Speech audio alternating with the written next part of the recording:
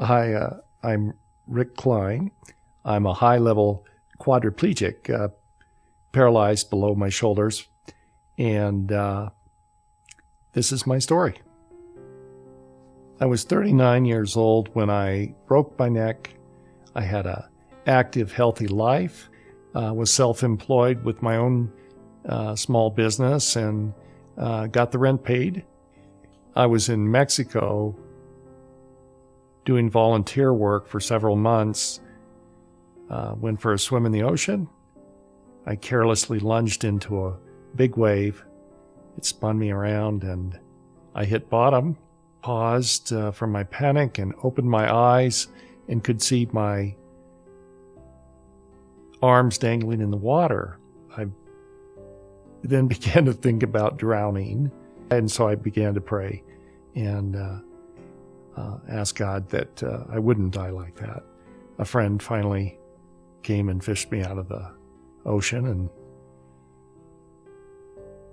here I am. It was difficult to face the changes, the grim future that I had, except for my faith that never went away. I was on a ventilator for almost 1 full year. I eventually was weaned off of the ventilator and began to get some strength. But then I was faced with a new set of challenges. In Nevada, I was told that I would have to be institutionalized.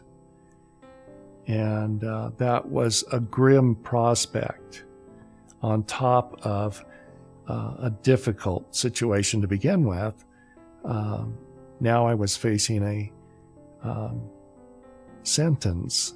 It was like a sentence to be confined in an institution where I'd be isolated from some of my friends and family, would not be able to pursue the purposes that were still alive in my heart.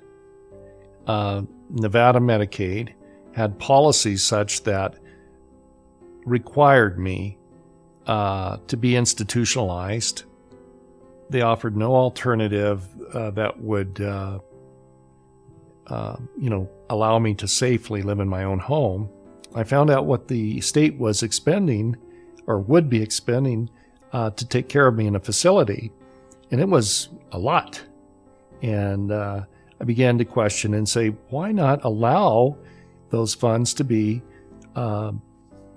spent on providing me personal care in my own home? I visited rest homes. They were pressuring me to do so, to select one that would suit me. And so what I did when I visited them, I just became more educated, and I saw firsthand that I did not want to live in a place like that. It just looked worse and worse and not sensible. It didn't make sense. And I kept, wondering, who will answer me? Who will talk to me and explain how that more expensive care that would be lesser care was good or necessary. I just couldn't, swallow that. The process for escaping the institutionalization, well, there was no process. It was a fight. I refused to go. After 8 months, approximately 8 or 10 months of incredible fighting, we'd written to the governor, had gone through all of the Medicaid personnel first, all of the steps, and then with rejection after rejection, without clear explanation either. There was no advocacy. There was no protection of my rights. I did, however, contact Steve Gold, who was and still is a renowned civil rights for disabilities advocate. And on the phone, he informed me, it's simple. The Olmstead ruling gives you the right to home care and that you can avoid unnecessary institutionalization. In the end, somebody with significant influence with the governor apparently approached him and informed him again about the situation, my situation. And I'm not sure the details, who, when, or how exactly it happened, but the governor decided to help me at that point. And with his authority in action, everything was turned around. I wish I could say I was an isolated case.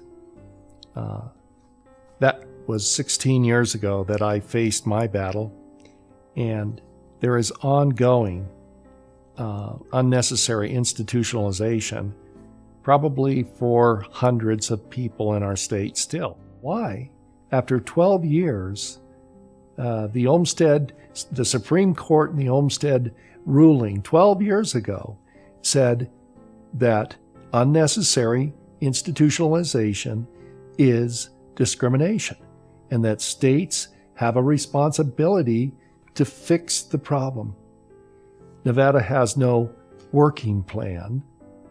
It has a pseudo plan, a hypothetical plan, but after years, the problem has worsened. That's not a working plan. And there's also a moral obligation beyond the Constitution.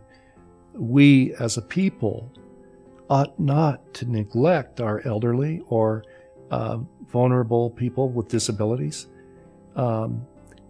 We can do better.